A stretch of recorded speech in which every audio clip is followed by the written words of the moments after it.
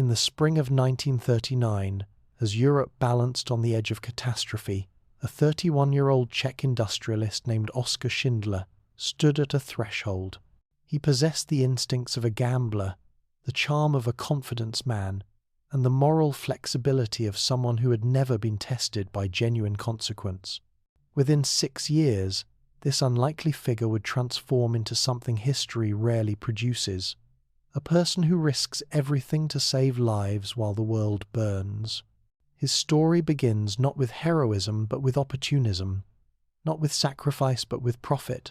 The man who would eventually shelter 1,200 Jewish workers from the Holocaust started his journey by seeing them merely as cheap labor for a business venture in occupied Poland.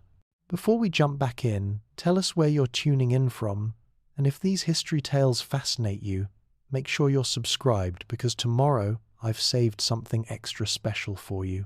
Oskar Schindler was born on April 28, 1908, in Zwickau, a small industrial town in the Sudetenland region of what was then Austria-Hungary. His father owned a farm machinery business, giving young Oskar early exposure to manufacturing and commerce. The family lived comfortably, solidly middle class, their lives shaped by the ethnic tensions that defined the region. German speakers in Czech territory, belonging fully to neither culture, their identity contested ground. Schindler's youth revealed the pattern that would define his early adulthood: charm without direction, ambition without discipline, talent for persuasion deployed in service of immediate gratification. He loved motorcycles and fast cars, racing them with the recklessness of someone who believed consequences happened to other people. He married Emily Pelzel in 1928 when he was 20 and she was 19, a marriage that began with romance but would be tested by his serial infidelities and his inability to settle into conventional respectability. Business ventures came and went. Schindler tried his hand at various enterprises, none particularly successful, all requiring more sustained effort than he seemed willing to invest. He possessed natural sales ability, that rare gift for reading people and telling them what they wanted to hear, but lacked the patience for building anything lasting. Money flowed through his hands like water through open fingers. He drank heavily, spent freely, lived as though stability was someone else's concern. Then came the political earthquake that would reshape his life. In 1938, Nazi Germany annexed the Sudetenland, absorbing these contested borderlands into the expanding Reich. For ethnic Germans like Schindler, this represented opportunity. The rising power was their power now, their language and culture suddenly dominant. Schindler joined the Nazi Party in 1939, membership number 6513324. This wasn't ideological conversion. Schindler showed no particular interest in Nazi racial theories or political philosophy. Party membership was business calculation, the price of admission to opportunities the new regime would create. And opportunities were coming. In September 1939, Germany invaded Poland, shattering the fragile peace. Within weeks, the Polish state ceased to exist, its territory divided between Germany and the Soviet Union. The conquered western portion became the general government, a colonial domain where Nazi racial ideology would be implemented with brutal efficiency. For those with connections and minimal scruples, this catastrophe represented something else, a frontier of possibility, a place where fortunes could be built from the wreckage of a destroyed society. Schindler saw the opening and moved quickly. In November 1939, he arrived in Krakow, the ancient Polish capital now transformed into the administrative center of the general government. The city seethed with displaced people, collapsing systems, and the kind of chaos that benefits those skilled at working the angles. Jews were being forced from their homes, their businesses confiscated, their property seized. Polish industry was being reorganized to serve German war production. In this upheaval, connected individuals could acquire enterprises at fractions of their actual value. Through a web of contacts cultivated during his stint in German military intelligence before the war, he had briefly worked as a spy in Poland. Another of his unsuccessful ventures, Schindler identified a target, a bankrupt enamelware factory in the Zablocki district of Krakow. The factory had produced pots, pans, and metal dishes, ordinary household goods for ordinary life. But Schindler saw different possibilities. Enamelware could be adapted for military use, mess kits for soldiers, field equipment for the Wehrmacht. The German military would need millions of such items. Here was the opportunity. Acquire the factory cheap, retool for military production, sell to the insatiable war machine at guaranteed prices. There was just one problem.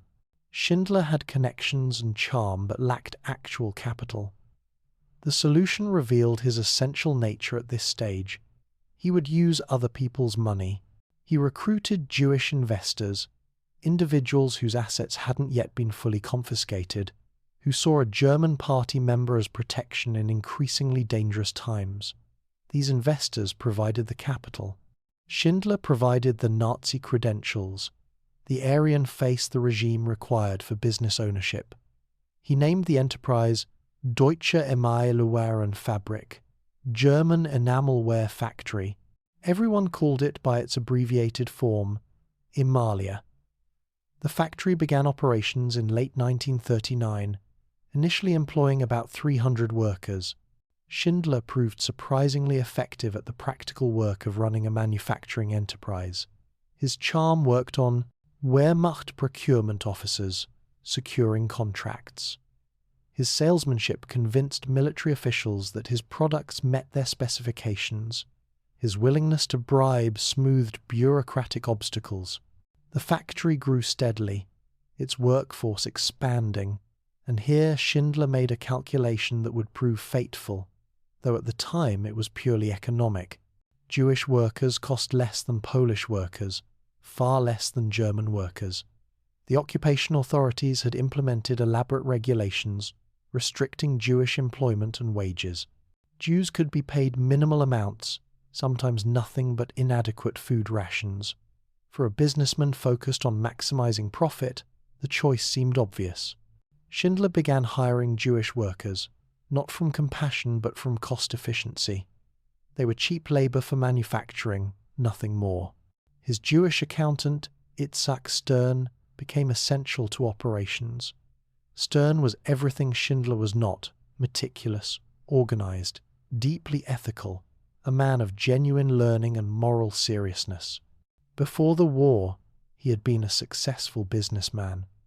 Now, like all Polish Jews, he lived in a contracting universe of restrictions and dangers. Stern possessed the administrative skills Schindler lacked. While Schindler charmed clients and bribed officials, Stern managed accounts, supervised production, ensured the factory actually functioned. Their relationship began as straightforward employer and employee, but something more complex was emerging.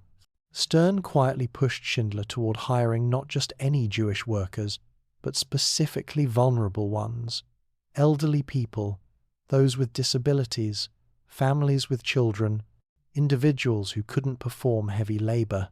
He presented these hiring decisions as practical. This man was a successful engineer before the war. His technical knowledge will prove valuable. But the real motivation was different. Stern was building an ark, filling it with those who needed shelter most. Schindler noticed, but didn't object. The workers still cost him little. If Stern wanted to hire some less productive people out of sentiment, fine, the factory was profitable enough to absorb minor inefficiencies. Schindler remained focused on the main goal: making money. The war created spectacular opportunities for those positioned to exploit them. His factory expanded, his contracts multiplied, his wealth grew. By 1941, Emalia employed nearly 700 workers, most of them Jewish. The factory operated 2 shifts, producing thousands of enamel pieces weekly. Schindler moved through his factory like a king through his domain, well-dressed, often with a drink in hand, exuding confidence and bonhomie. He learned workers' names, chatted with them, maintained the atmosphere of a benevolent boss who treated his people well. This wasn't humanitarianism, it was effective management. Happy workers produced more efficiently. But the world outside the factory walls was transforming into something unprecedented. In June 1941, Germany invaded the Soviet Union, opening a front that would consume tens of millions of lives. Behind the advancing Wehrmacht came special units, Einsatzgruppen, tasked with murdering Jews in conquered Soviet territories. The killing was systematic, industrial in scale. Entire communities were marched to ravines, shot, and buried in mass graves. The Holocaust had begun. In Krakow, the occupation authorities forced the Jewish population into a walled ghetto in March 1941. 15,000 people crowded into an area designed for a quarter that number. Multiple families shared single rooms. Food was scarce. Disease spread. The ghetto was temporary confinement before something worse, though few could imagine what worse might mean. Schindler's workers lived in the ghetto, walking to the factory each day under guard, returning each evening to the confinement. Schindler continued operating successfully within this system. He had become wealthy, legitimately so by the twisted standards of occupation economics. His apartment was luxurious, his lifestyle increasingly extravagant. He threw parties for Nazi officials and SS officers, events where champagne and expensive liquor flowed, where connections were maintained and deals were made. His personal life remained chaotic, multiple affairs, heavy drinking, reckless spending. His wife Emilie remained in the background, managing household affairs, largely excluded from his business and social life. By late 1942, the Holocaust intensified. The Wannsee Conference in January had formalized plans for the final solution: systematic murder of all European Jews. Extermination camps became operational: Belzec, Sobibor, Treblinka, and the expanded killing complex at Auschwitz-Birkenau. These were not concentration camps designed to imprison and exploit prisoners, though they did that too. They were factories of death, purpose-built for mass murder, equipped with gas chambers disguised as showers, with crematoria to burn bodies, with systems designed for efficient killing at previously unimaginable scales. Krakow's ghetto began experiencing actions, violent roundups where SS forces sealed the ghetto, pulled people from their homes, sorted them with terrifying arbitrariness into those who could work and those who would die immediately. The elderly, the sick, children, they were loaded onto trains bound for Belzec, where they would be murdered within hours of arrival. The healthy and strong might live a bit longer, useful for labor before their eventual extermination. Schindler watched these events from his position of relative safety, a German party member whose business interests gave him reason to care about Jewish workers, but whose wealth and connections insulated him from the suffering happening blocks away. He employed hundreds of Jews, but they were still primarily assets, resources for production, and means to an end. He had not yet become the man who would risk everything to save lives. That transformation lay ahead, waiting for a specific moment on a hillside above Krakow, when witnessing would overcome indifference, when something in his moral architecture would shift irreversibly.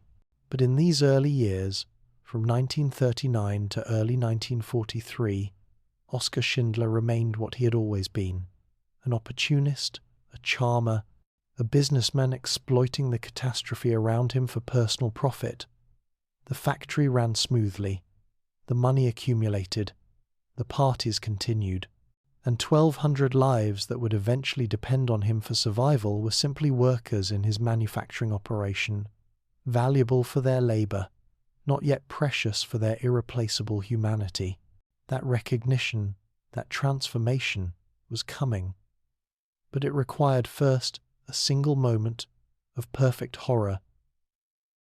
Witnessed from a distant hillside, a small figure in a red coat, wandering through chaos, and the collapse of willful blindness that had allowed Schindler to profit from catastrophe without truly seeing it. March 13th, 1943, a date that marks not a public event but a private transformation, a moment when one man's careful indifference collapsed under the weight of direct observation. On this spring morning, Oskar Schindler rode his horse up a hillside overlooking Krakow, positioning himself where he could watch something he had previously managed to avoid truly seeing: the liquidation of the Krakow ghetto. The ghetto had existed for 2 years, a pressurized container holding 15,000 Jewish lives in space meant for 4,000. Now the SS was emptying it with characteristic efficiency. The operation began before dawn. Trucks arrived carrying special units. The ghetto was sealed, every exit blocked. Then the systematic violence commenced, soldiers moving building by building, apartment by apartment, pulling people into the streets with shouts and gunfire.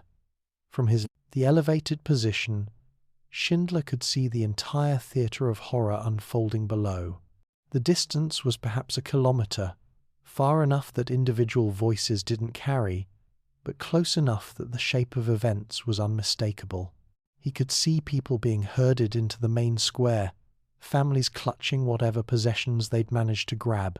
He could see SS men moving through the crowds, making rapid selections with gestures, this group to the trucks bound for Plazo labor camp, that group to different trucks bound directly for the trains and death.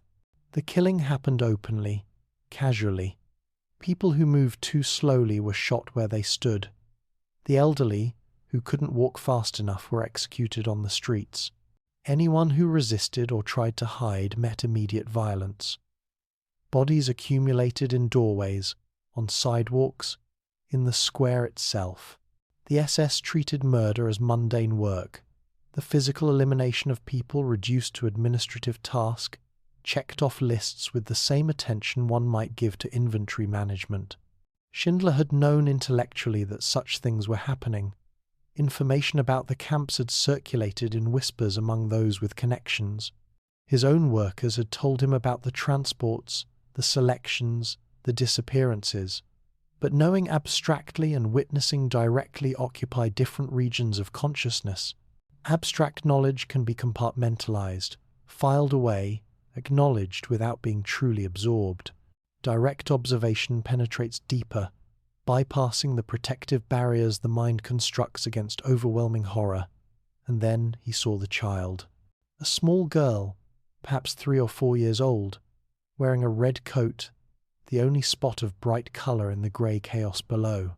She wandered through the mayhem apparently alone, separated from parents or killed orphans, moving with the confused purposelessness of a child who doesn't understand that the world has become a killing ground.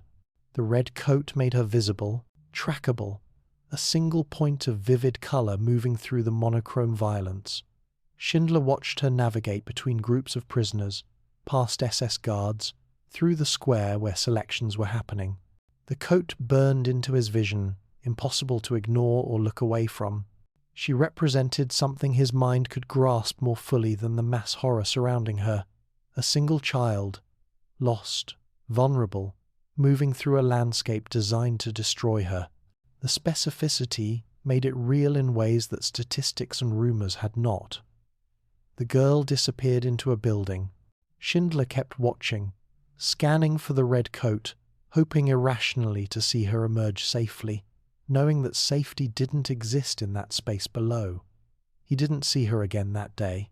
Whether she survived the liquidation or died in it, whether she made it to Plassau or was killed on the ghetto streets, he never learned.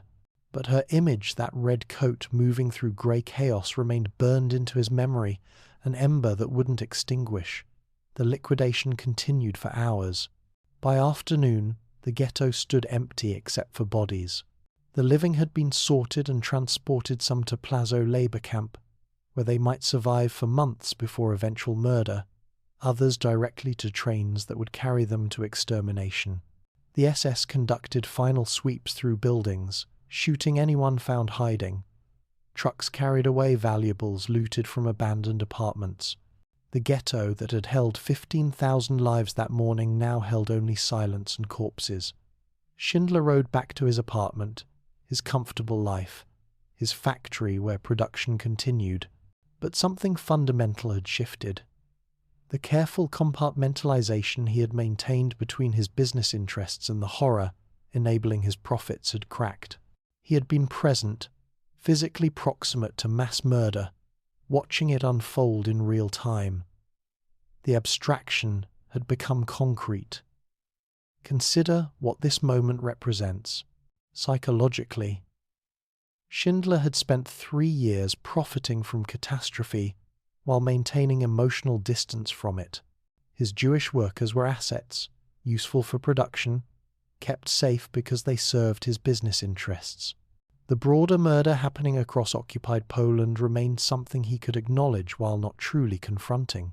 This is not unusual. Most people who lived adjacent to the Holocaust managed similar compartmentalization, accepting benefits from the regime while not examining too closely what those benefits cost others. But direct witnessing can shatter these protective barriers. The girl in the red coat became impossible to unsee, impossible to file away as acceptable cost of doing business. She represented the actual content of the abstraction, not the Jews as demographic category, but individual children being murdered, specific lives being extinguished, singular possibilities being erased. In the days following the liquidation, Schindler's behavior began changing.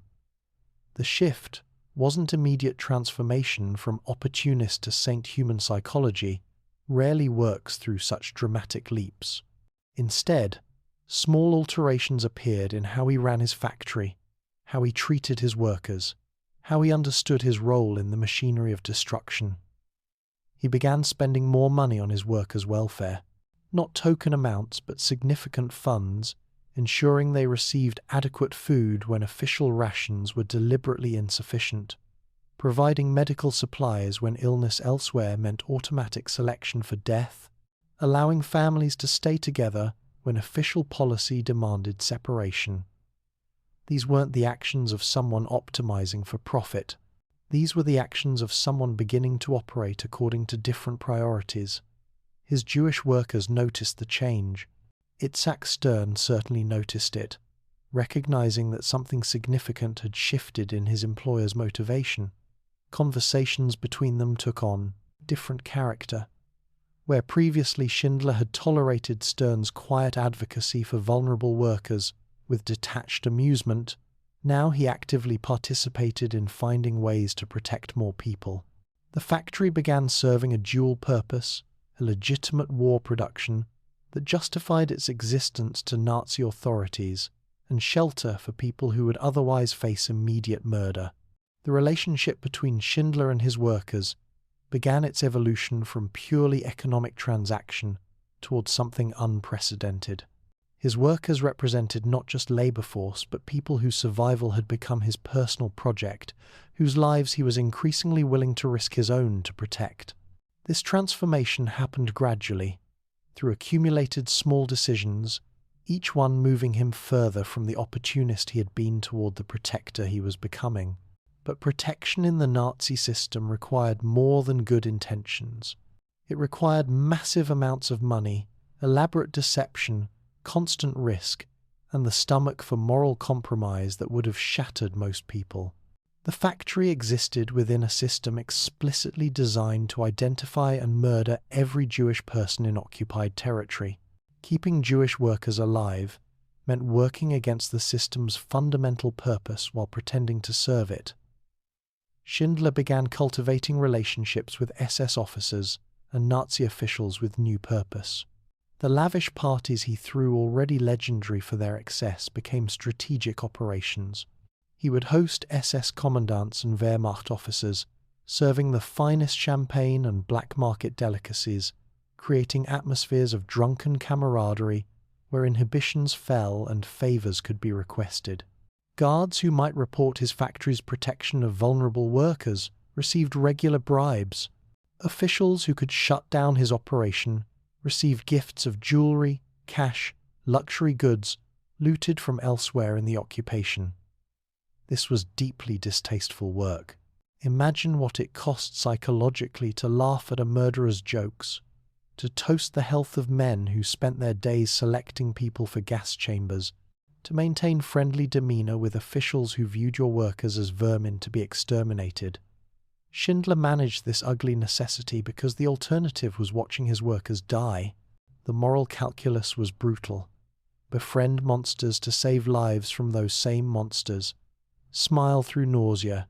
Shake hands sticky with blood. His financial position began deteriorating. The bribes were expensive, not small gifts, but massive payoffs, the kind of expenditures that rapidly consumed even a substantial fortune. Money that could have secured his family's future instead flowed to SS officers and Nazi bureaucrats, purchasing temporary safety for workers who technically should not exist. Schindler was systematically converting wealth into life, burning through his accumulated profits to keep people alive for one more day, one more week, one more month. The spring and summer of 1943 brought intensifying danger. The extermination camps operated at full capacity. The trains ran constantly, carrying people from across occupied Europe toward death. The Nazi regime had committed itself fully to the final solution, dedicating substantial resources and personnel to murdering millions, even as the military situation deteriorated. Auschwitz alone was murdering up to 10,000 people daily, the gas chambers running around the clock, the crematoria burning bodies continuously. In this context, Schindler's factory represented an anomaly, a place where Jewish workers lived under conditions that, while far from comfortable, included adequate food, absence of random violence, and some measure of dignity. His workers knew they inhabited a bubble of relative safety in a universe of murder. They knew Schindler was spending his fortune to maintain this protection. Gratitude, mixed with fear, gratitude for present, survival, fear for what would happen if the protection collapsed. Schindler's marriage continued its slow dissolution. Emily remained in their comfortable apartment, increasingly alienated from her husband's obsessive focus on his workers' survival.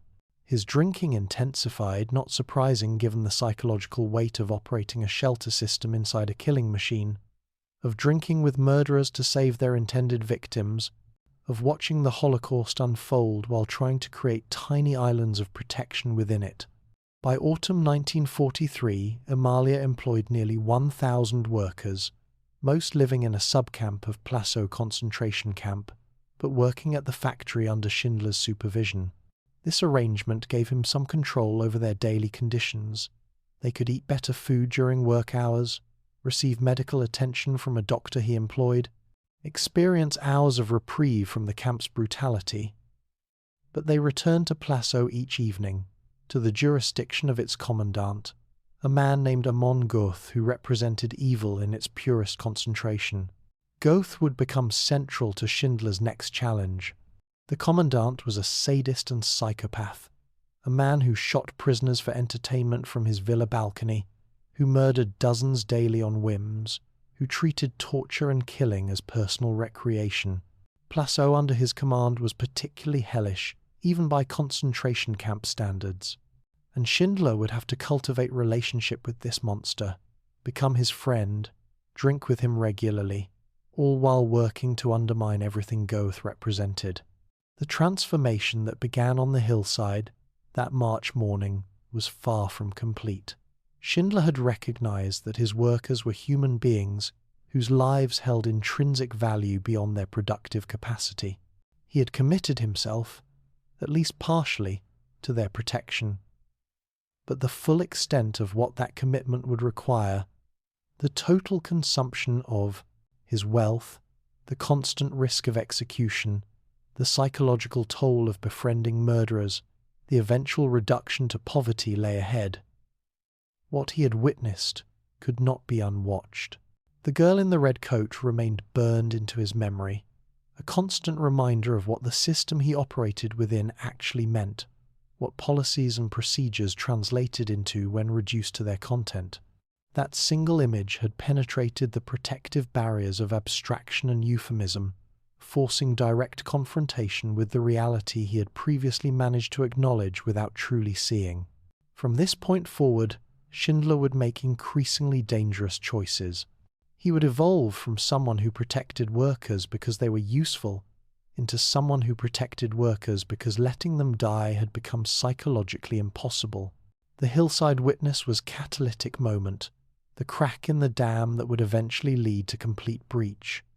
The opportunist was dying, the protector was being born, and the price of that birth would be everything he possessed. The factory became something unprecedented in the landscape of the Holocaust, a sanctuary operating inside the killing system itself, a counter-mechanism running on entirely different principles than the machinery surrounding it. Building and maintaining this impossible shelter would consume the next 2 years of Schindler's life and virtually everything he possessed. The challenge was architectural in its complexity.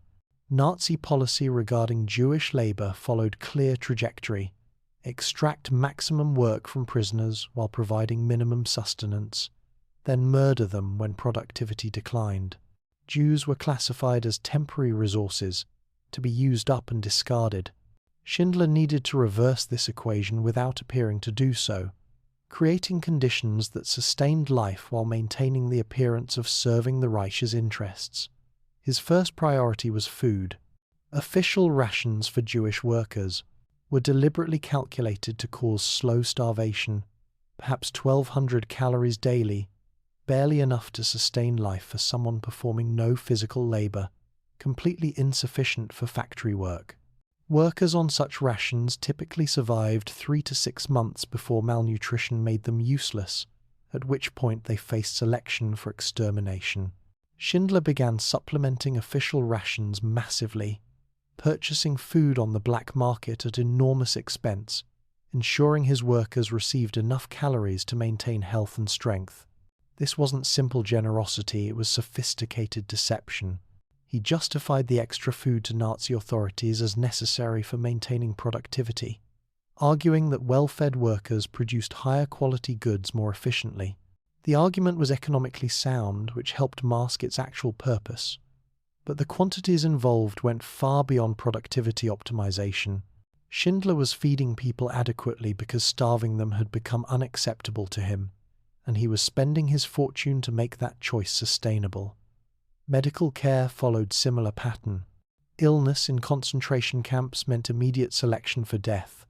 Sick prisoners couldn't work, therefore they were eliminated.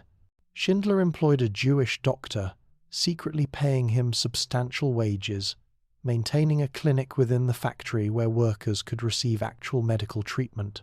When workers became too ill to work, Schindler hid them, keeping them on the factory grounds where SS inspectors wouldn't find them, supporting them through illness until they recovered rather than sending them back to Plaszow for selection. Consider the constant calculation this required. Every sick worker represented risk. If SS officials discovered that Schindler was maintaining non-productive prisoners, they could shut down the entire operation, execute Schindler for sabotage, and send all his workers to immediate extermination. But turning sick, workers over to the camp meant their certain death. So, Schindler chose risk, again and again, hiding the vulnerable, lying to authorities, converting money into additional days of life for people who officially should not exist. His relationship with Amon Goeth became central to this protection scheme. Goeth commanded Plaszow, where most of Schindler's workers lived when not at the factory. The man was psychologically fascinating in the most disturbing sense, a sadist who genuinely enjoyed causing suffering, who had internalized Nazi racial ideology so completely that he viewed Jews as literally subhuman, as targets for recreational violence. From his villa overlooking Plaszow, Goeth would shoot prisoners with a high-powered rifle, selecting victims arbitrarily, practicing marksmanship on human beings the way others might shoot targets. Schindler cultivated friendship with this monster. He visited Goeth regularly, bringing expensive liquor and black market luxuries. They would drink together, sometimes through entire nights, Goeth becoming progressively drunker and more uninhibited. These sessions were strategic operations for Schindler. In Goeth's drunken state, Schindler could request favors permission to keep workers Others wanted, selected for death, approval to expand his factory's workforce, overlooking violations of camp regulations. Goethe would sign documents he'd refuse while sober, grant permissions that contradicted standing orders, all while believing he was simply indulging his wealthy friend. The psychological cost of these performances must have been immense. Imagine maintaining friendly demeanor with someone you've watched murder people casually, laughing at his jokes while knowing he spent the afternoon shooting prisoners from his balcony, toasting his health while planning how to undermine everything he represents. Schindler managed this moral compromise because the alternative was allowing Goethe unrestricted control over his workers' fates. The friendship was elaborate theatre, every moment calculated, every drink poured in service of protection. Money flowed from Schindler's accounts in ever-increasing amounts. The bribes required to maintain his operation escalated constantly. SS officers expected regular payments for looking the other way. Wehrmacht procurement officials needed gifts to continue approving his contracts despite suspicious productivity patterns. Guards at Plassau required cash to allow his workers better treatment. Local Nazi bureaucrats demanded payoffs to ignore the obvious fact that Schindler's factory protected Jews beyond any reasonable business necessity. Some bribes were straightforward cash payments. Others involved luxury goods looted from elsewhere in the occupation. Jewelry, furs, fine art, expensive watches. Schindler maintained networks of black market connections, converting his legitimate business profits into goods the SS valued, then distributing those goods strategically to buy additional days of survival for his workers. His entire fortune became fuel for the protection system, burning away steadily to keep 1,200 lives intact. His workers understood what was happening. They saw the extra food, received the medical care, experienced the absence of random violence that characterized camps elsewhere. They knew Schindler was spending his wealth to shield them.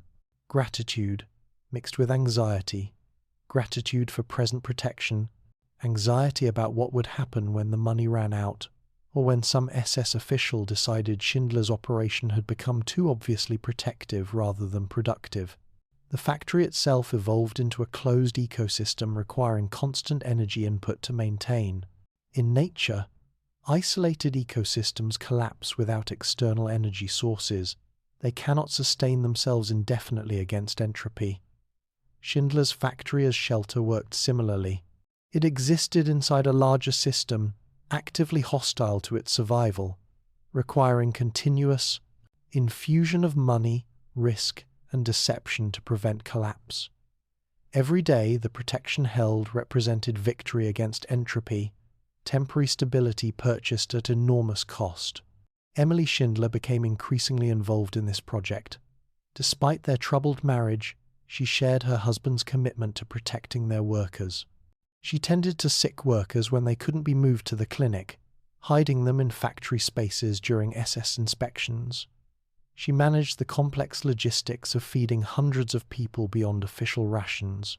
Her role was essential, but largely invisible, the quiet work of sustaining life that rarely makes historical records, but without which grand gestures become impossible. Itzhak Stern's role deepened as well. He managed the lists who worked where, who possessed which skills, who needed protection most urgently. These lists had become matters of life and death. Getting someone onto Schindler's workforce meant rescue from Plassau's brutality and likely survival. Being removed from the list meant return to the camp and probable death. Stern made these decisions with agonizing care, balancing who was most vulnerable against who was most useful, always trying to expand the list to include more people, always knowing that everyone who couldn't be included faced terrible odds. The spring of 1944 brought new crisis. The war was turning decisively against Germany. Soviet forces advanced from the east, liberating territory, discovering the evidence of mass murder. The Nazi regime began destroying evidence, liquidating camps, murdering witnesses. Plassau itself was scheduled for eventual liquidation, its population to be sent to Auschwitz for extermination once they were no longer economically useful. Schindler saw the coming catastrophe, and began planning his boldest move yet. He would relocate his entire factory to Brněnec in his native Czechoslovakia, away from the advancing Soviet front and the intensifying killing operations. But he wouldn't move just the machinery, he would take his workers, all of them, declared essential to continued production. This would require permission from multiple levels of SS bureaucracy, bribes on a scale that would consume nearly everything he had left, and risks that could result in his immediate execution. Before we reach that climactic effort, it's worth understanding the daily reality of what Schindler had built. His factory in these middle years represented an anomaly so stark that workers from other camps couldn't believe descriptions of it. Adequate food, medical care, absence of random beatings, families kept together, religious observances secretly permitted. These weren't luxuries, they were basic conditions of human life, things that elsewhere in the Nazi camp system had been systematically eliminated. One legendary incident captures the extremity of Schindler's commitment. 300 Jewish women from his workforce were accidentally diverted during transport. Instead of arriving at his factory, they were sent to Auschwitz. This should have been final. Auschwitz was the most efficient killing center in history, processing thousands of people daily from arrival to death. Women who entered Auschwitz rarely left alive. The gas chambers operated constantly, fed by selection processes that sent most arrivals directly to death within hours. Schindler learned what had happened and acted immediately. He traveled to Auschwitz, brought bribes on an almost unimaginable scale, and negotiated with SS officials to release 300 Jewish women already inside the camp. This was unprecedented. Auschwitz was designed as one-way flow toward death. People didn't get rescued from Auschwitz. They entered, they were processed, they died, their bodies burned, their ashes scattered. Schindler's success in extracting 300 women from this system demonstrated both his extraordinary commitment and the corruptibility of even the most fanatical Nazi officials when sufficient money was involved. The women returned to his factory, traumatized by their brief time in Auschwitz but alive, rescued from the most efficient murder machine ever constructed. The cost of this rescue was staggering, likely hundreds of thousands of Reichsmarks in bribes, a substantial fraction of Schindler's remaining wealth. But the message was unmistakable. He would spend everything, risk everything, to protect his workers. His parties for SS officials became more elaborate and more strategic. These weren't social events, they were operations. Schindler would invite key officers, create atmospheres of decadent celebration, ensure the alcohol flowed freely. As inhibitions fell, as guards came down, he would make his requests. Could this worker be reclassified as essential? Could that regulation be overlooked? Could production quotas be adjusted to account for his emphasis on quality over quantity? Drunk officials would agree to things they'd refuse while sober, sign documents without reading them carefully, make promises they'd later regret but feel obligated to honor. The psychological toll on Schindler intensified. His drinking escalated from heavy to extreme.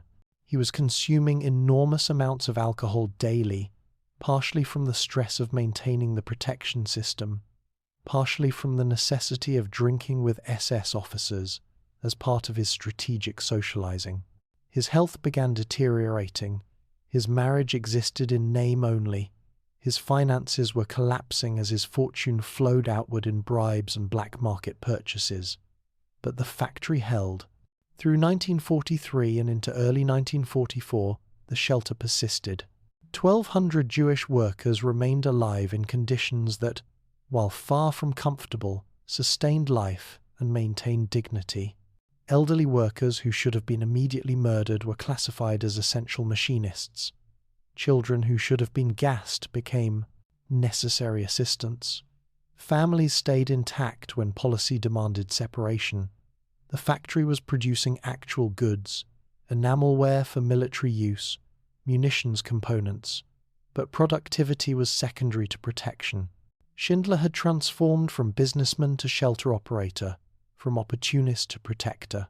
His factory existed not primarily to serve the Reich, but to keep people alive, a purpose he concealed behind layers of apparent cooperation and strategic bribery. Consider what this represents historically. The Holocaust was systematic, industrial, comprehensive in its scope. Nazi Germany dedicated enormous resources to identifying and murdering every Jewish person in occupied territory. The machinery of destruction operated efficiently, processing millions toward death. Individual resistance to this system was rare and usually fatal. Most people who attempted to protect Jews managed to save a few individuals before being discovered and executed. Schindler operated at an entirely different scale. He wasn't hiding a family in an attic or smuggling a few people across borders. He was running a large-scale protection operation in plain sight, sheltering 1,200 people, maintaining this shelter for years, all while pretending to serve the system he was actually undermining. The audacity was extraordinary, matched only by the expense and risk. As spring turned to summer in 1944, the military situation deteriorated further for Germany. The Allied invasion of Normandy in June opened a Western front. Soviet forces continued advancing from the east. The Reich was being compressed from multiple directions, its defeat increasingly certain. For the Nazi leadership, this meant intensifying the final solution. If the regime was falling, it would at least complete the murder of European Jewry.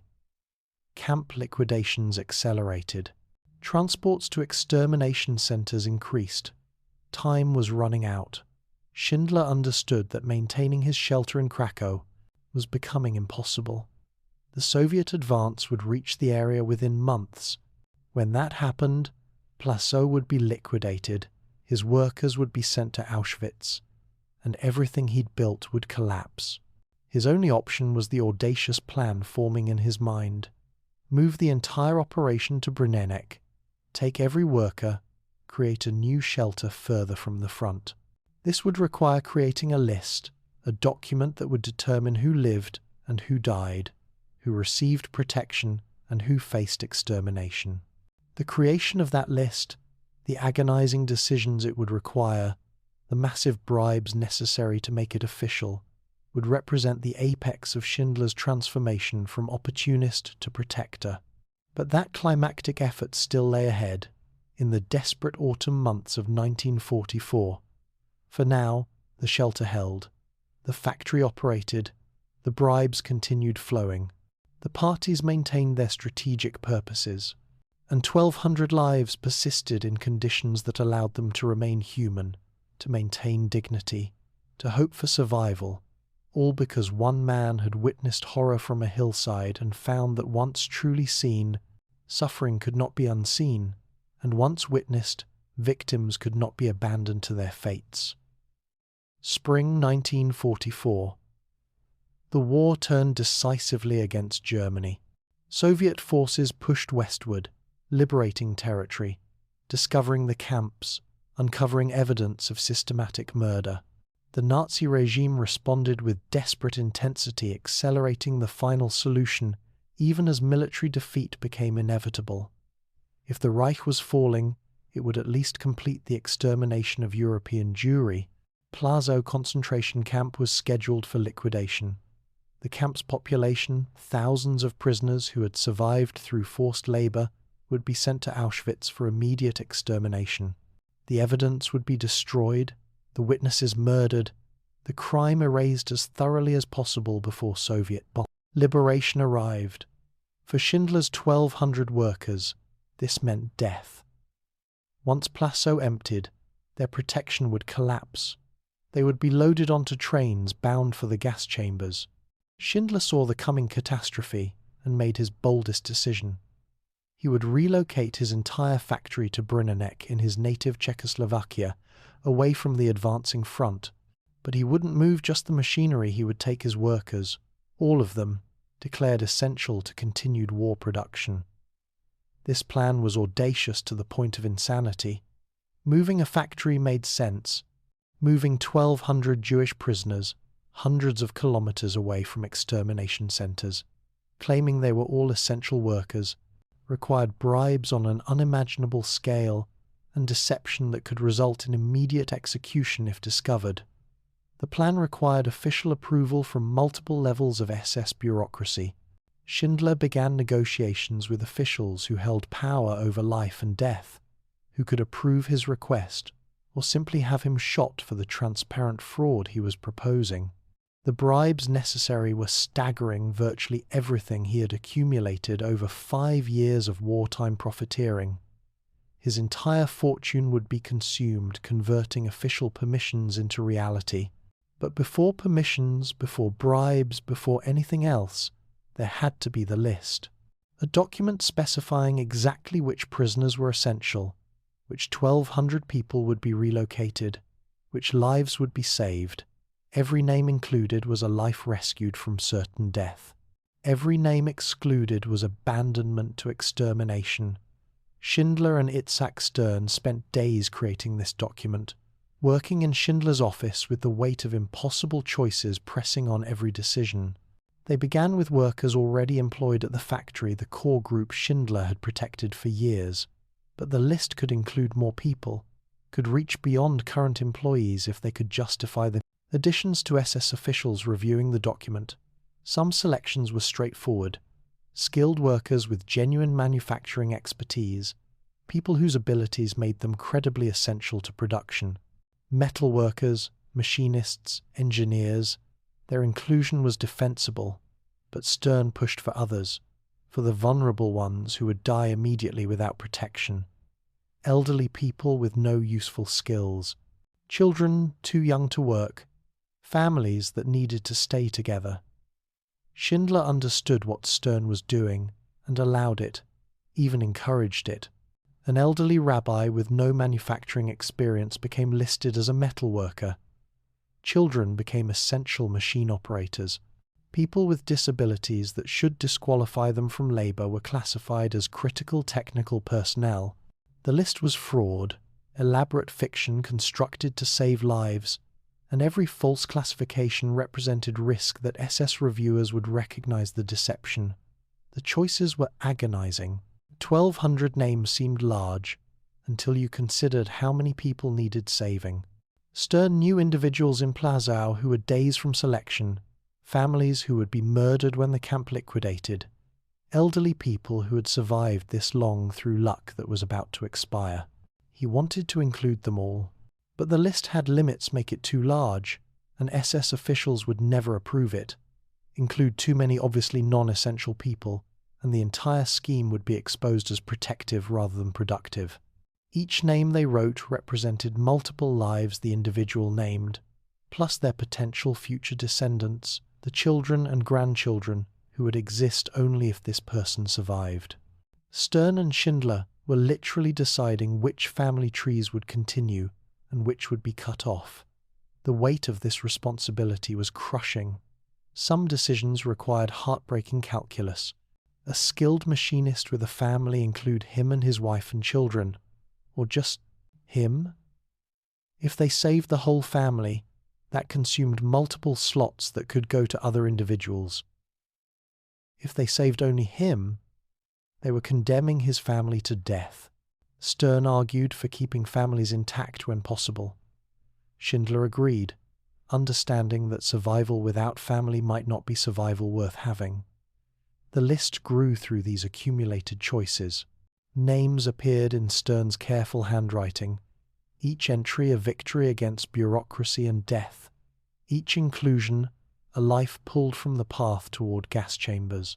They worked late into nights, reviewing names, making substitutions, arguing over difficult cases, always trying to expand the protection as far as the scheme could sustain.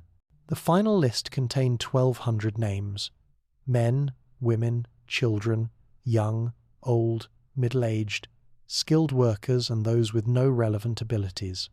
People who could genuinely contribute to factory production, and people who existed on the list purely because their deaths had become unacceptable. The document was simultaneously legitimate personnel roster and elaborate rescue operation, a fraud designed to look like proper SS documentation. Schindler took the list to SS officials with the largest bribes he had ever assembled. The negotiations required weeks. Every official involved needed payoffs. Some wanted cash, others preferred jewelry or luxury goods. Still others required specific favors or black market items. Schindler's remaining fortune flowed outward in a final, desperate spending spree. He was converting everything he possessed into official permissions, buying approvals one signature at a time. The cost was extraordinary. Conservative estimates suggest Schindler spent several million Reichsmarks on bribes related to the relocation, the equivalent of tens of millions in modern currency. This was money that could have secured his family's future for generations, could have allowed comfortable retirement, could have insulated him from any post-war difficulties. Instead, it purchased 1,200 train tickets away from death. Officials questioned the list. Why so many elderly workers? Why children on a document claiming essential manufacturing personnel? Schindler had prepared answers, elaborate lies about specialized skills, claims about family members assisting primary workers, arguments about maintaining morale through keeping families intact. The lies were transparent to anyone looking carefully, but the bribes were substantial enough that officials chose not to look carefully. In September 1944, permissions came through. The factory relocation was approved. The 1,200 workers listed would travel by train to Brynjanek, where Schindler would establish new production facilities.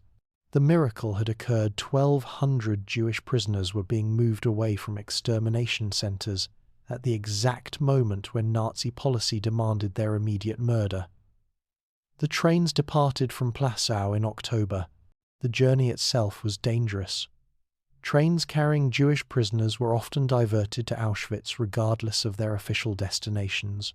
Schindler traveled with the trains when possible, ready to intervene if diversions occurred. The workers understood they were traveling through territory of death toward an uncertain sanctuary, that every kilometer was miraculous, that arrival would mean rescue, but the journey itself held constant danger. They arrived at Brynjanek. Schindler had purchased a factory facility that would serve as their shelter. The location was away from the Eastern Front's immediate dangers, removed from the intensifying operations at extermination centers. Here, theoretically dedicated to producing munitions for the Wehrmacht, Schindler would maintain his protection system through the war's final months. The factory at Brynjanek produced virtually nothing of military value.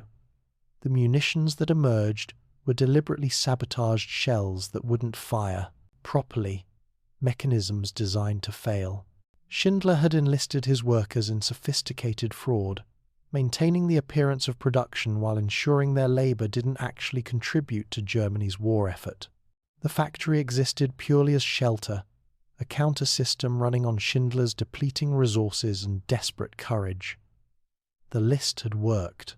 1,200 people who should have died in Auschwitz were instead sheltered in Brynjanek. But maintaining this protection through the war's final months would require everything Schindler had left. His fortune was nearly exhausted. His health was failing. The risks hadn't diminished. If Nazi officials discovered the fraud, execution remained the likely outcome. And the war's end, when it came, would bring different dangers. Soviet forces would view Schindler as Nazi collaborator, a party member who ran factories for the Wehrmacht. Liberation might mean his own death, but for now, in autumn 1944, the list had achieved its purpose. 1,200 names had become 1,200 lives in shelter, 1,200 people pulled from death's machinery through the audacity of one man's scheme, and the fortune he spent making it reality. The document itself, typed pages listing names and prisoner numbers, was simultaneously mundane bureaucracy and sacred text, a roster that determined who would live to see liberation and who would die in gas chambers. The list represented the apex of Schindler's transformation. The opportunist who arrived in Krakow seeking profit had become the protector who spent his entire fortune on rescue. The man who initially viewed Jewish workers as cheap labor had evolved into someone for whom their survival justified any personal cost. The list was physical manifestation of that transformation, a document where bureaucracy served life instead of death, where official systems were hijacked for protection rather than destruction. Stern kept a copy, treating it with a reverence it deserved. Every name represented not just an individual but a battle won against impossible odds. A life preserved when the entire Nazi apparatus demanded its extermination. The list was victory against genocide, temporary triumph over the machinery of mass murder, proof that even inside systems designed for destruction, counter-systems of protection could briefly exist if someone was willing to pay the price. Maintaining 1,200 lives inside a system designed to destroy them consumed everything Schindler possessed. The price wasn't paid once in a dramatic gesture, but extracted daily, in accumulated costs that depleted him physically, financially, and psychologically across the war's final months. His fortune entirely gone, the money accumulated through 5 years of wartime business, the wealth that could have secured generational comfort, all converted into bribes and black market purchases. Every Reichsmark spent was fuel burned to keep the protection system functioning, capital transformed into additional days of survival for people who officially shouldn't exist. The bribes never stopped. SS officers required regular payments to overlook the obvious fraud of Schindler's operation. Nazi bureaucrats needed gifts to ignore that his factory produced virtually nothing useful. Guards at Brunjeniec expected cash for treating prisoners humanely. Local officials demanded payoffs for not reporting that Schindler was sheltering Jews rather than serving the Reich. The corruption was total, systematic, and expensive beyond calculation. Consider the mathematics of protection. 1,200 people requiring adequate food when official rations meant starvation. Medical supplies for workers who would be executed elsewhere if they became ill. Bribes to multiple officials who each controlled some aspect of whether the shelter continued existing. The daily cost was staggering, unsustainable, except through constant depletion of accumulated wealth. Schindler survived multiple arrests by the Gestapo during these final months. The secret police had noticed irregularities in his operation, questioned why his factory produced so little despite employing so many workers, investigated whether he was engaged in sabotage or fraud. Each arrest meant interrogation, where one wrong answer meant execution. Each release required massive bribes and careful deployment of his cultivated connections within the Nazi apparatus. The interrogations were terrifying.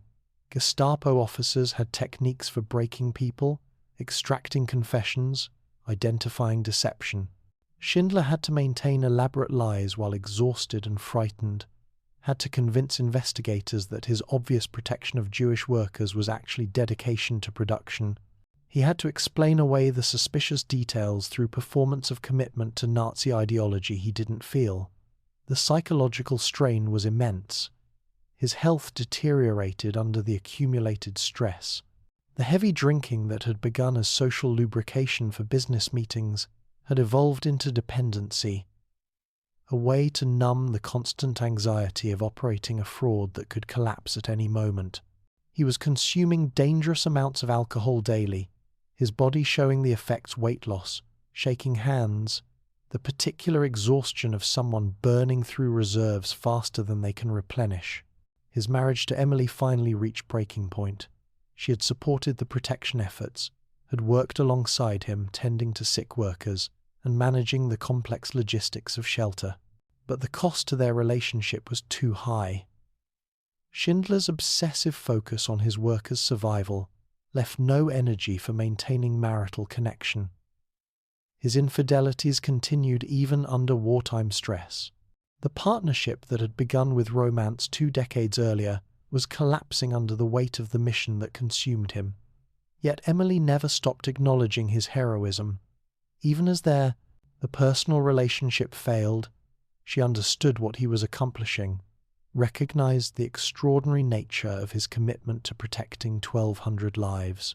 This tension, personal failure, alongside historical heroism, would characterize Schindler's entire post-war existence. The winter of 1944 into 45 brought Germany's final collapse closer. Soviet forces advanced from the east. American and British forces pushed from the west. The Reich compressed between converging armies. For Schindler's workers, liberation approached but remained uncertain. Would they survive until Allied forces arrived? Would retreating Nazi officials murder them as witnesses? Would the SS liquidate the factory in the final chaos? Schindler maintained the shelter through these desperate months. The factory continued its elaborate fraud, nominally producing munitions, actually creating deliberately sabotaged shells that would fail when used. Workers understood they were participating in systematic deception, that their survival depended on maintaining appearances while ensuring their labor didn't genuinely serve Germany's war effort. This was sophisticated resistance, protection through performance of cooperation. The bribes required to sustain this arrangement consumed the last of Schindler's resources. He was literally impoverished by the effort, converting everything into additional weeks of protection. Money that should have secured his post-war future instead purchased present survival for others. The transaction was total, irreversible, a complete transfer of personal wealth into collective protection.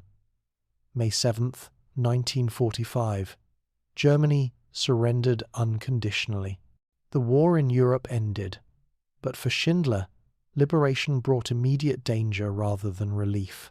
Soviet forces advancing into Czechoslovakia would view him as Nazi collaborator, a party member who had run factories for the Wehrmacht, someone complicit in the occupation. His carefully cultivated connections with SS officers, the very relationships that had enabled his protection of Jewish workers, now marked him as someone who might face execution as a war criminal. His 1,200 workers understood this reversal immediately. The man who had protected them now needed protection himself. They gathered for farewell, understanding that Schindler had to flee before Soviet forces arrived, that staying meant almost certain death. The workers presented him with two gifts, both profound in their symbolism. First, a letter signed by every worker, testifying in detail to Schindler's protection, his courage, his transformation from opportunist to protector. The letter was written in multiple languages, carefully documenting specific acts of rescue, providing evidence that might save Schindler if he was captured and accused of Nazi collaboration. It was testimony, shield, and gratitude combined in a single document. Second, they gave him a ring. The ring was made from gold, melted from workers' dental fillings, precious metal, literally taken from their own bodies, reformed into symbol of gratitude. On the ring's inner surface, they had engraved a verse from the Talmud: "Whoever saves one life saves the world entire." The inscription captured everything the relationship had become. Schindler had saved not one life but 1,200, but the Talmudic wisdom suggested that each life contained infinite value. That rescue of any individual was rescue of entire universes of possibility. The ring, made from dental fillings, added poignant authenticity. Workers had nothing material left to give, except what they carried in their own mouths. So they gave that, melting it into gratitude made physical. 8 Jewish workers volunteered to accompany Schindler through dangerous territory, protecting him as he had protected them. This small group, Schindler, his wife, Emily, and 8 workers traveled together through the collapsing Reich toward uncertain safety. The reversal was complete. The protector needed protection. The wealthy industrialist depended on people he had sheltered for survival through hostile territory. They traveled west, toward American rather than Soviet occupation zones. Schindler, wearing civilian clothes, carrying the letter and the ring, hoping both would be sufficient to establish his actual role rather than his apparent collaboration. The journey was harrowing, moving through territory where retreating Nazi forces still operated, where Soviet patrols might capture them where German civilians bitter about defeat might recognize and attack a fleeing industrialist. They survived the journey.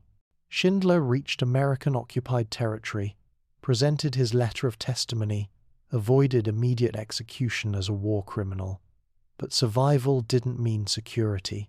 He had escaped with virtually nothing material, no money, no assets, no means of supporting himself.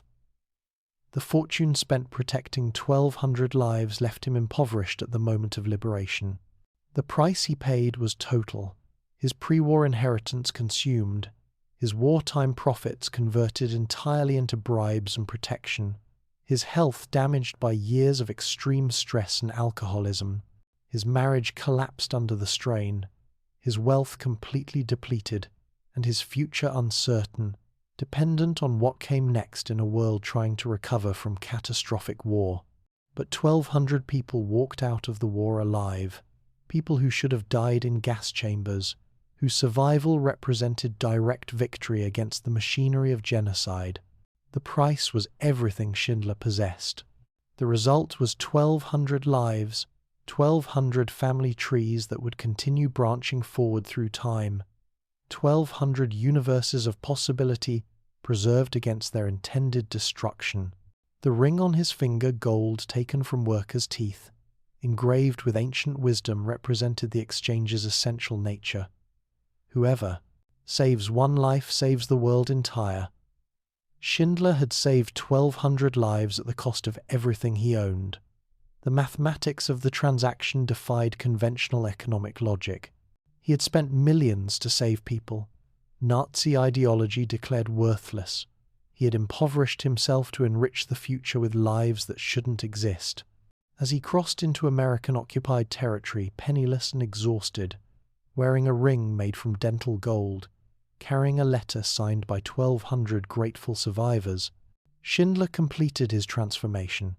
The opportunist who arrived in Krakow seeking profit had become the protector who sacrificed everything for others' survival. The price was total, the achievement was extraordinary, and the consequences, both the poverty that would define his remaining years and the forest of descendants that would grow from saved lives, were only beginning to unfold. Peace proved more difficult for Schindler than war. The man who had saved 1,200 lives in the Holocaust's heart could not save himself from poverty. The skills that served him brilliantly in wartime, operating outside official systems, bribing officials, maintaining elaborate deceptions, had no application in legitimate peacetime economy. The transformation that made him heroic during catastrophe left him unsuited for ordinary life after it. The immediate post-war years were chaos. Europe lay in ruins, millions displaced, economies shattered, societies trying to process incomprehensible trauma. Schindler lived briefly in Germany, then decided to emigrate, seeking fresh start away from the landscape of his wartime experiences. In 1949, he and Emily relocated to Argentina, joining the wave of European refugees building new lives in South America. Schindler attempted a cement factory in Argentina, investing what little resources he could gather. The venture should have succeeded. Post-war Argentina needed construction materials. The market existed. His manufacturing experience was genuine, but the business failed within years. The reasons were complex. Poor financial management, bad partnerships, possibly sabotage by former Nazis who had also fled to Argentina and recognized him as someone who had protected Jews. But the deeper issue was psychological. Schindler had spent 5 years operating at extraordinary intensity, making decisions where success meant life and failure meant death, functioning in an environment where every day brought crisis requiring immediate response. Normal business operations, managing inventory, maintaining profit margins, dealing with mundane commercial problems couldn't generate the same engagement. He had become someone who functioned best under extreme pressure, and peacetime business provided no equivalent stakes. The cement factory collapsed. Schindler's marriage finally ended officially, though Emily continued acknowledging his wartime heroism even as their personal relationship terminated. He had nothing, no business, no marriage, no clear path forward. In 1958, he returned to Germany, attempting various ventures, all of which failed. A chicken farm went bankrupt. Other business attempts collapsed before truly beginning. The pattern was consistent and heartbreaking. Schindler would identify an opportunity, invest borrowed money, work briefly with genuine effort, then watch the enterprise fail. He lacked the sustained discipline required for building legitimate businesses.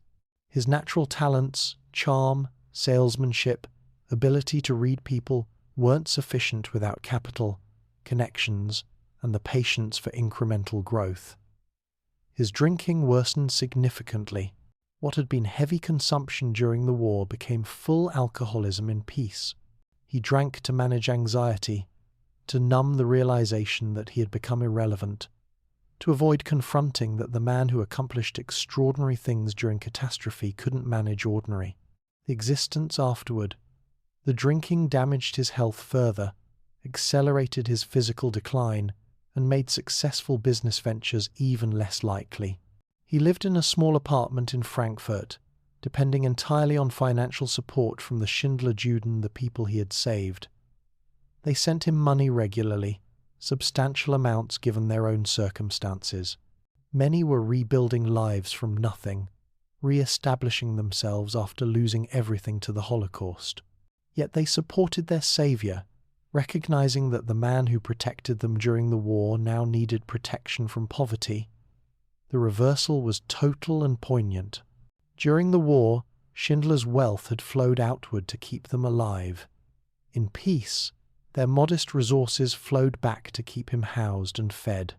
The relationship that began as employer and employees evolved through protector and protected, now existed as reciprocal support network where survivors sustained the person who made their survival possible. They visited him regularly. Schindler Jews living in various countries would make pilgrimages to Frankfurt, spending time with the man who saved them, bringing gifts, offering companionship. These visits were mixed experiences, joyful reunion with someone they loved, sadness at seeing how diminished he had become, gratitude that couldn't be adequately expressed even through continued financial support. In 1962, Israel's Yad Vashem granted Schindler recognition as righteous among the nations. This honor, given only to non-Jews who risked their lives to save Jews during the Holocaust, acknowledged his extraordinary courage and sacrifice. He traveled to Jerusalem, planted a tree on the Avenue of the Righteous, experienced overwhelming reception from survivors and their growing families. The visits to Israel were transformative for Schindler. In Germany, he was largely forgotten, living in obscurity, recognized mainly as a failed businessman and alcoholic. In Israel, he was celebrated hero, someone whose name carried profound meaning, whose actions had created the possibility of thousands of lives. The contrast was stark, irrelevant in one context, revered in another, but honor didn't translate to financial stability. The tree on the Avenue of the Righteous, the grateful receptions, the ceremonies acknowledging his heroism, none of these provided income or business opportunities. He returned to Frankfurt, to his small apartment, to dependence on survivor donations, to the drinking that was slowly destroying him. He continued trying business ventures intermittently, each one failing. The problem wasn't effort or intelligence. Schindler possessed both. The problem was deeper, something in his fundamental orientation toward life that made extraordinary action possible during crisis, but prevented sustained success during normalcy. He was built for emergency, for high-stakes improvisation, for operating in spaces where conventional rules didn't apply. Peacetime business offered no equivalent arena. His health continued deteriorating through the 1960s. The decades of heavy drinking, the stress he had endured during the war, the poverty and disappointment of the post-war years all accumulated in physical decline. He aged rapidly, looking older than his years, his body showing the effects of sustained abuse and deprivation. The Schindler Jews continued supporting him. They understood that financial success was impossible for him, that the man who saved them had been fundamentally changed by the experience, that their ongoing support was appropriate response to his wartime sacrifice. They didn't help him grudgingly, but with genuine gratitude, recognizing that his poverty resulted directly from spending everything to protect them. On October 9th, 1974, Oskar Schindler died in Hildesheim, Germany.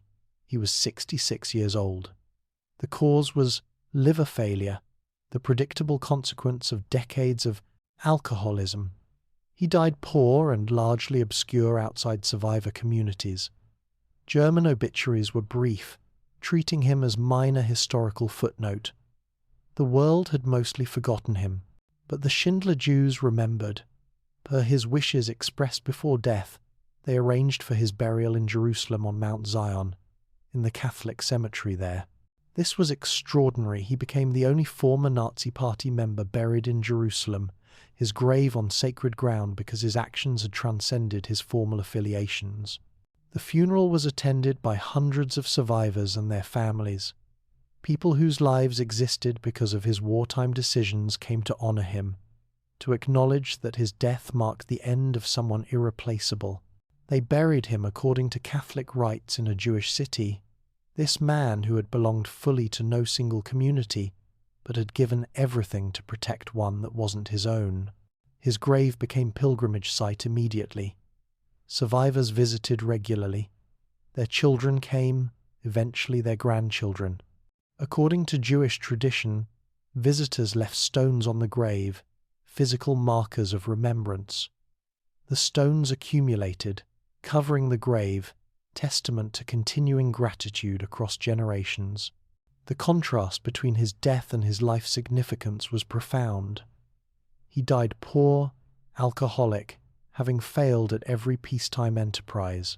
Yet he had accomplished something that would ripple forward through time, the preservation of 1,200 lives that would branch into thousands more, the creation of futures that shouldn't exist, the practical demonstration that individual courage could create counterforce to systematic evil. His post-war poverty wasn't failure but consequence. He had chosen to convert wealth into life, to spend everything protecting others, to prioritize their survival over his own future security. The poverty was evidence of the choice's totality, proof that his wartime commitment was genuine rather than strategic. A person who saves lives while protecting personal fortune might be admirable. Someone who spends literally everything, reducing themselves to dependence on those they saved, demonstrates something more extreme commitment beyond calculation. Sacrifice without reservation. Emily outlived him by decades, never remarrying, always acknowledging his wartime heroism even when discussing the failures of their marriage. She recognized the paradox at his core, capable of extraordinary moral courage during crisis, unable to manage ordinary life during peace. The man who could drink with psychopaths to save lives couldn't sustain a successful chicken farm. The person who spent millions in bribes to protect workers couldn't maintain a modest cement business. The grave in Jerusalem remains one of the most visited sites in the Catholic cemetery. The stones pile continuously, left by survivors who are now elderly, by their children and grandchildren, by strangers who learned his story and came to pay respects. The grave is physical anchor for gratitude that spans generations, marker for a life that mattered not through conventional success, but through willingness to sacrifice everything for others' survival. He died poor, alone, alcoholic, largely forgotten by the world beyond survivor communities. But 1,200 people walked out of the Holocaust alive because of him, and from those 1,200 lives, thousands more would grow. The poverty was real, the failure was genuine, and the significance was immeasurable. For decades after his death, Schindler's story remained largely unknown outside survivor communities. The Holocaust dominated historical consciousness, 6 million murdered, entire communities erased, a crime so vast it defied comprehension. Individual stories of rescue existed in the margins, known to those directly involved but rarely reaching wider awareness. Schindler was one grave among millions in the landscape of Holocaust memory, visited by grateful survivors but invisible to the broader world. Then came an extraordinary accident, a chance encounter that would transform Schindler from obscure footnote into worldwide symbol. In 1980, Australian novelist Thomas Keneally walked into a luggage shop in Beverly Hills, California. The shop was owned by Leopold Pfefferberg, who had been one of Schindler's workers, whose life existed only because his name appeared on the list in 1944. Pfefferberg had been searching for years for someone to tell Schindler's story. He had approached journalists, writers, filmmakers, anyone who might have the skill and platform to share what Schindler had accomplished. Most weren't interested. The Holocaust generated exhaustion in audiences. The suffering was overwhelming. Stories of mass death didn't sell well. Rescue narratives existed but rarely reached mainstream attention. When Keneally entered the shop, Pfefferberg recognized opportunity. He began telling the story how Schindler had protected 1,200 workers, spent his entire fortune on bribes, and maintained shelter inside the killing system itself. Keneally listened, initially skeptical, then increasingly fascinated. The story had everything: dramatic action, moral complexity, individual courage against systematic evil, survival against impossible odds. Keneally investigated, interviewed survivors, examined documents. The testimony was consistent, the evidence compelling. Schindler's heroism was genuine, extraordinary in scale and duration. Keneally wrote the story as a novel based on documented events, publishing it in 1982 as Schindler's Ark in Britain and Schindler's List in America. The book won the Booker Prize, Britain's most prestigious literary award, bringing the story to wider audience, but still primarily reaching literary readers. Then Steven Spielberg read the book. Spielberg, already one of Hollywood's most successful directors, recognized the material's cinematic potential. He acquired film rights and spent a decade preparing to make the movie, waiting until he felt ready to handle the subject matter with appropriate gravity. In 1993, Schindler's List was released, a 3-hour film in black and white, refusing to sanitize the Holocaust's horror while showing how individual courage created islands of protection within the catastrophe. The film was extraordinary both artistically and in its cultural impact. It won 7 Academy Awards, including Best Picture and Best Director. More importantly, it reached hundreds of millions of viewers worldwide, people who might never have encountered Schindler's story otherwise. The film burned the narrative into global consciousness. The opportunist's transformation, the girl in the red coat, the list itself as physical artifact determining life and death, the ring engraved with Talmudic wisdom. Suddenly, Schindler was everywhere. Schools taught his story. Museums featured exhibits about his rescue efforts. His grave in Jerusalem became a major pilgrimage site, visited by thousands annually. The man who died poor and obscure became one of the Holocaust's most recognized figures, his name synonymous with moral courage and the possibility of individual resistance to systematic evil. But the most profound legacy wasn't fame or cultural recognition. It was biological, demographic. The simple fact of continued existence. From the 1,200 workers Schindler saved, descendants multiplied through generations. Each survivor, who lived to have children, created branching possibilities. Those children had children, who had children in turn. The family trees grew, spreading across continents, diversifying into countless lives. Today, more than 8,500 people descend from Schindler's 1,200. This number is a conservative estimate, accounting only for direct descendants who have been documented. The actual number is likely higher.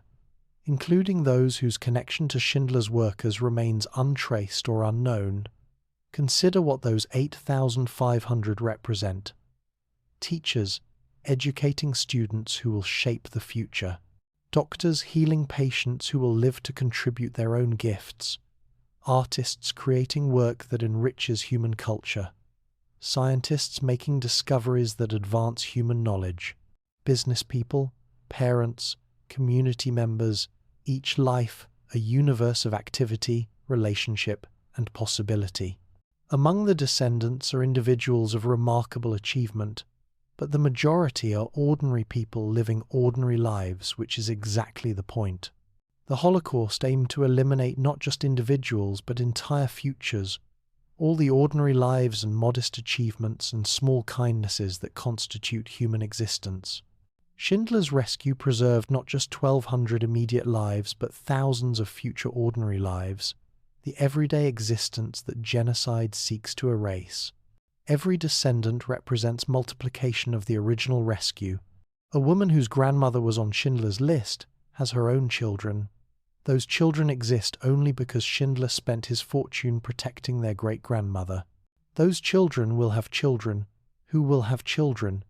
Each generation, another multiplication, ripples spreading outward through time from one man's wartime decisions.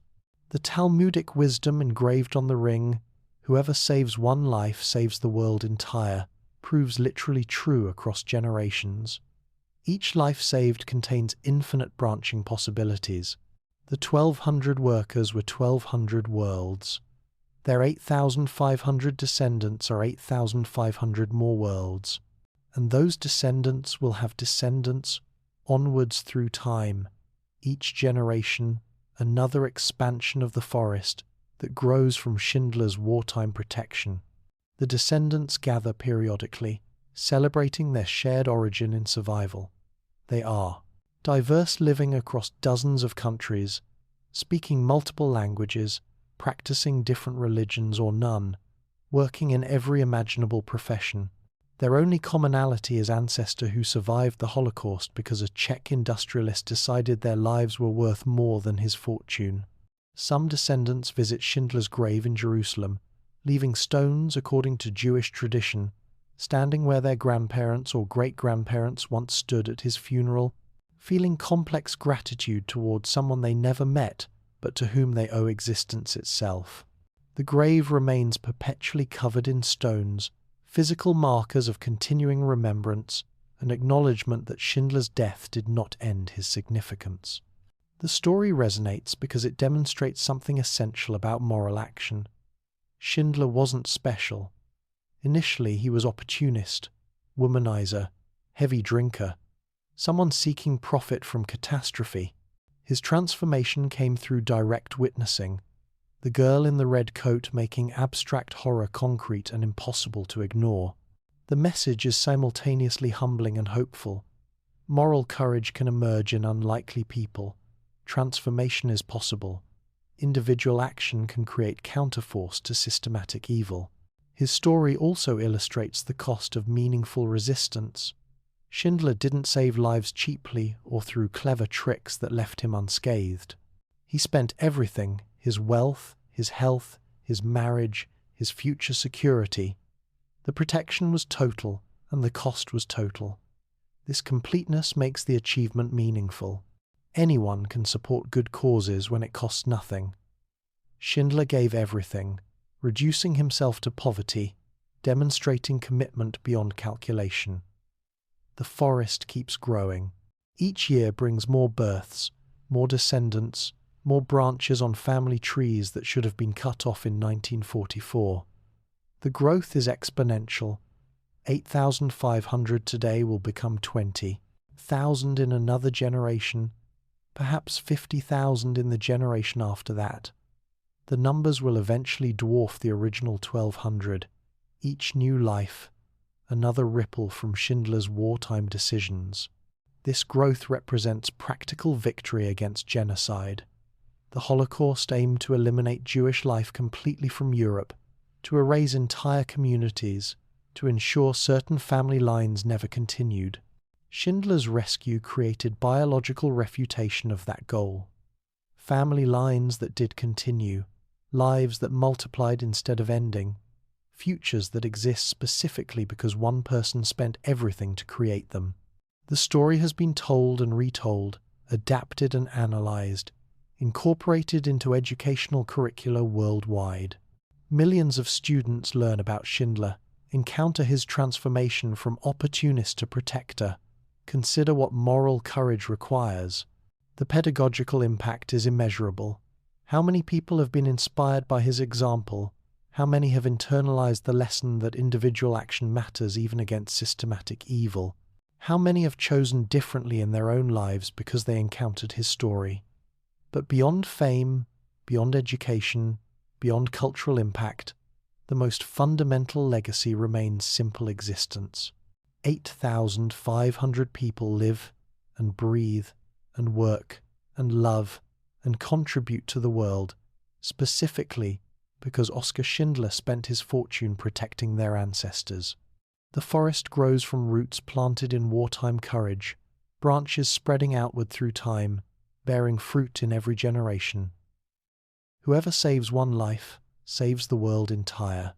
Schindler saved 1,200 lives, and thereby saved 1,200 worlds.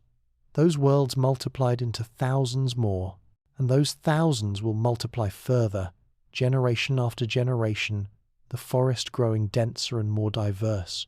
Proof that individual courage compounds across time, that saving lives doesn't end with immediate survival but propagates forward in expanding circles, that one person's sustained commitment during catastrophe can alter historical trajectories in ways that echo through centuries. The man who died poor and alcoholic in 1974 planted a forest that will flourish long after his name is forgotten. The descendants will continue having descendants. The family trees will keep branching. And somewhere in that endless multiplication of ordinary lives, teachers and doctors and artists and parents, and all the modest contributors to human existence, Schindler's wartime decision to protect rather than profit continues, bearing fruit, rippling forward through time, proving that whoever saves lives truly does save worlds entire.